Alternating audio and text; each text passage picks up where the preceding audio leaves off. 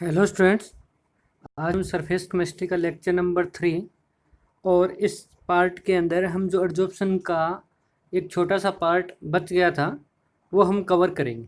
ठीक है, हमने सेकंड पार्ट के अंदर कोलाइड स्टार्ट कर दिया है, तो कोलाइड्स हम कंटिन्यू करेंगे नेक्स्ट लेक्चर से। और इस लेक्चर के अंदर हमें जो एडजॉर्प्शन का जो बचा हुआ पार्ट है वो ही हम कंप्लीट करेंगे। तो बच्चों, जो अभी तक टेलीग्राम ऐप पे हमसे नहीं जुड़ा है वो हमारी टेलीग्राम ऐप से भी जुड़ सकता है। इस पे आपको हैंड रिटन नोट्स मिलते रहेंगे। तो टेलीग्राम ऐप से जुड़ने के लिए हमारे जो चैनल है टेलीग्राम ऐप पे, उसका लिंक इस वीडियो के नीचे डिस्क्रिप्शन पर मिल जाएगा, या फिर टेलीग्राम ऐप आप ओपन करके उस पर स्माइल एजुकेशन सर्च करोगे तो भी हमारा चैनल आपको मिल जाएगा। हम बात करें adsorption of solute from the solution. पहला टॉपिक था हमारा एडजॉर्प्शन ऑफ गैस जो था, उसमें हमने निकाला था x/m is equal to K P raise to power 1/n, और फिर हमने इसका लॉगरिथम करके सॉल्यूशन किया था। तो इसमें कुछ नहीं करना बच्चों, जहाँ पे आपके पास प्रेशर है वहाँ पे कंसंट्रेशन ऑफ सॉल्यूशन आ जाएगा। क्या आ जाएगा? Concentration of solution. तो इसको हम लिखेंगे x/m इज इक्वल टू के सी रेज टू पावर 1/n। ये लिख देंगे बच्चों, बस इतना ही करना है। x/m इज इक्वल टू के सी रेज टू पावर 1/n। ठीक है, where C is the concentration of this solution. बाकी सब कुछ क्या रहेगा? सेम रहेगा। ठीक है, अगर हम बात करें अब adsorption from solution generally follow the same principle as laid down the adsorption of gas by solid and is subject to the same factor. जो factor adsorption of gas on the solid पे effect डाल रहे थे वो same factor इस पे भी effect डालेंगे। और दूसरी बात, जो इनका प्रिंसिपल है वो भी क्या रहने वाला है? सेम रहने वाला है। तभी तो मैंने गैस का प्रेशर लिया था और यहाँ पे हमने क्या लिया? Concentration of solution. तो पी को हमने रिप्लेस कर दिया किससे? सी से। बाकी कैलकुलेशन वगैरह सभी क्या रहने वाली है? सेम रहने वाली है। Some adsorbent specially adsorb certain solutes from effectively than others. जैसे आपके पास ऐसा नहीं है कि सारे आपका जो एडजॉर्बेंट है वो सभी प्रकार के सॉल्यूट को एडजॉर्ब कर लेगा, नहीं, कुछ स्पेसिफिक एडजॉर्बेंट को ही क्या कर पाएगा? वो एडजॉर्ब कर पाएगा। As increase in temperature decrease the extent of adsorption. अगर आपने टेम्परेचर इंक्रीज कर दिया तो जो सॉल्यूशन से हम एडजॉर्प्शन करवा रहे हैं वो क्या हो जाएगा? कम हो जाएगा। Increase in surface area increase the extent of adsorption. अगर सरफेस एरिया बढ़ा दिया तो एडजॉर्प्शन आपका क्या हो जाएगा? इंक्रीज हो जाएगा। Adsorption of solute also involve the establishment of an equilibrium between the amount of adsorbate and the concentration of solute in the solution.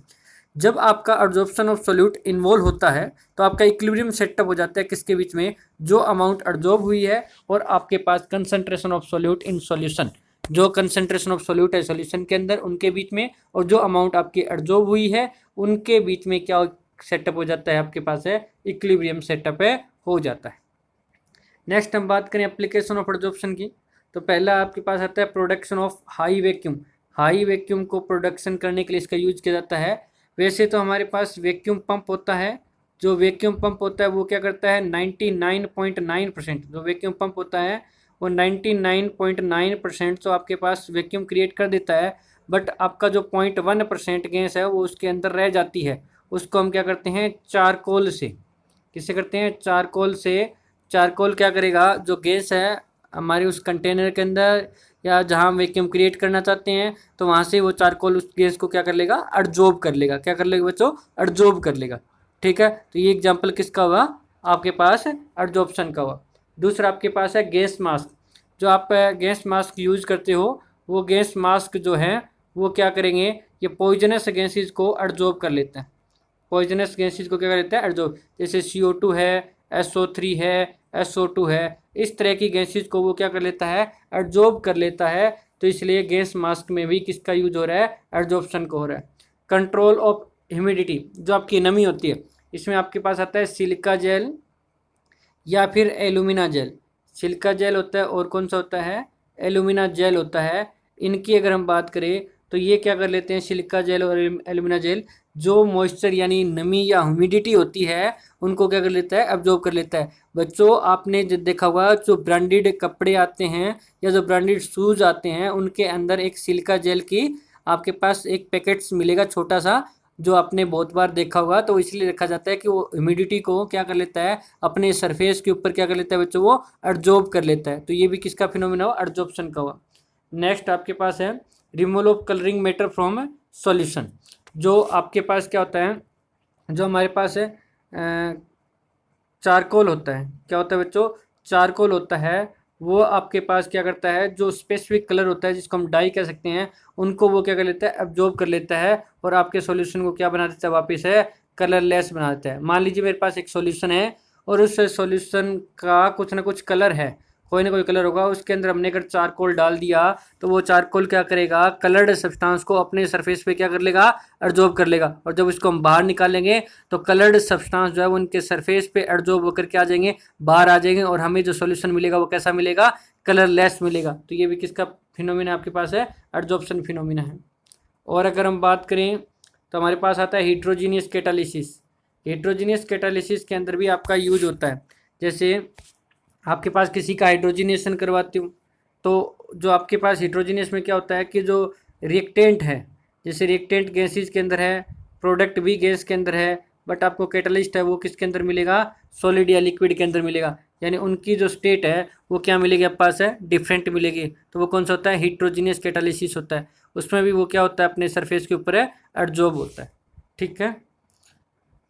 Separation of inert gas, जैसे मान ली हीलियम, नियोन और argon ले लिया हमने, इन gases को हमने क्या किया, चारकोल पे पास करवाया।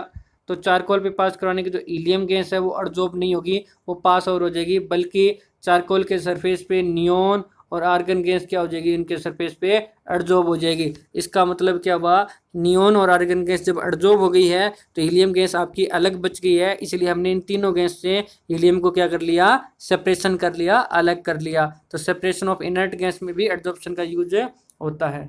इन क्यूरिंग डिजीज, डिजीज के अंदर भी आपके पास है एब्जॉर्प्शन का यूज होता है। इनमें क्या करता है, जो आपके पास मेडिसिन होती है उस मेडिसिन के सरफेस के ऊपर जर्म्स वगैरह जो हैं वो आपके बैक्टीरिया वगैरह जो है उनके सरफेस पे क्या हो जाते हैं, एब्जॉर्ब हो जाते हैं।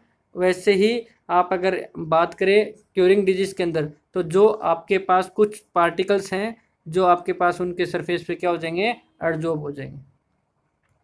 नेक्स्ट बात करें फ्रोथ फ्लोटेशन प्रोसेस के अंदर, तो हम फ्रोथ फ्लोटेशन प्रोसेस यूज करते थे कंसंट्रेशन ऑफ एन ओर के लिए। किसके लिए यूज करते थे, कंसंट्रेशन ऑफ एन ओर के लिए यूज करते थे बच्चों। तो कंसंट्रेशन ऑफ एन ओर में आपने देखा होगा जो सल्फाइड ओर होता था, तो हम उसमें पाइन ऑयल वगैरह मिक्स करते थे। तो जो सल्फाइड ओर होता था वो फ्रोथ के साथ है आपके पास फ्लोट करना स्टार्ट कर देता था। इसमें हम डिप्रेसेंट वगैरह भी यूज़ करते थे, कलेक्टर वगैरह भी यूज़ करते थे। तो ये जो आपके पास जो बेस था उसके सरफेस पे चिपकना, उस फ्रोथ पे लेके आना, तो ये भी कौन सा फिनोमिना था, एड्जॉर्प्शन। इंडिकेटर, एड्जॉर्प्शन इंडिकेटर के तौर पे भी यूज़ कर सकते हो। इसमें आपका चारकोल आ जाएगा और आपका जो चारकोल है, चारकोल जो है वो क्या कर लेता है, ईओस को आपके पास है अपने सरफेस पे एब्जॉर्ब कर लेता है। ठीक है। क्रोमेटोग्राफी एनालिसिस, जितने भी क्रोमेटोग्राफी एनालिसिस है वो भी किस पे है, आपका एब्जॉर्प्शन है फिनोमिना पे है। जैसे मान लीजिए ये कॉलम क्रोमेटोग्राफी का एक एग्जांपल देता हूँ। मान लीजिए एक बुरेट है और इस बुरेट के अंदर है हमने यहाँ पे ये जो नोक लगा रखी है ऑन ऑफ का, और यहाँ पे हमने कंटेनर रख दिया और इसके अंदर पहले क्या डाल देंगे हम, सिलिका जेल या फिर एलुमिना जेल डाल देंगे बच्चों। क्या डाल देंगे, सिलिका जेल डाल देंगे या फिर क्या डाल देंगे, एलुमिना जेल डाल देंगे। तो ये जो सिलिका जेल होगी और एलुमिना जेल होगी, इनको हमने यहाँ पे डाल दिया। अब क्या है, जिनको हमें प्योर करना है, खासकर ये मेटल के प्यूरिफिकेशन में भी इसका यूज़ किया जाता है। तो यहाँ से हम क्या करेंगे, जिस मेटल को हमें प्योर करना है, जो इम्प्योर मेटल है उसको हम यहाँ से धीरे धीरे डालना क्या कर देंगे, स्टार्ट कर देंगे। जैसे ही यहाँ पे डालेंगे तो इम्प्योरिटी जो है वो इनके सरफेस के ऊपर क्या हो जाएगी, एब्जॉर्ब हो जाएगी। बाकी जो आपका प्योर मेटल है वो धीरे धीरे लिक्विड स्टेट में बाहर आना क्या कर देगा, स्टार्ट कर लेगा। और नीचे हम कलेक्टर के कंटेनर के अंदर हम क्या कर लेंगे, इनको कलेक्ट कर लेंगे, जबकि इम्प्योरिटीज इनके सरफेस के ऊपर ही रह जाएगी। तो ये भी कौन सा फिनोमिना है, एब्जॉर्प्शन फिनोमिना है। तो ये बच्चों आज का छोटा सा लेक्चर था, इसे हमने एप्लीकेशन ऑफ एब्जॉर्प्शन पढ़ा और हमने एब्जॉर्प्शन फ्रॉम सॉल्यूशन पढ़ा। ठीक है। और आप इसी तरह की वीडियो पाने के लिए इस चैनल को सब्सक्राइब कर सकते हो। थैंक यू बच्चों।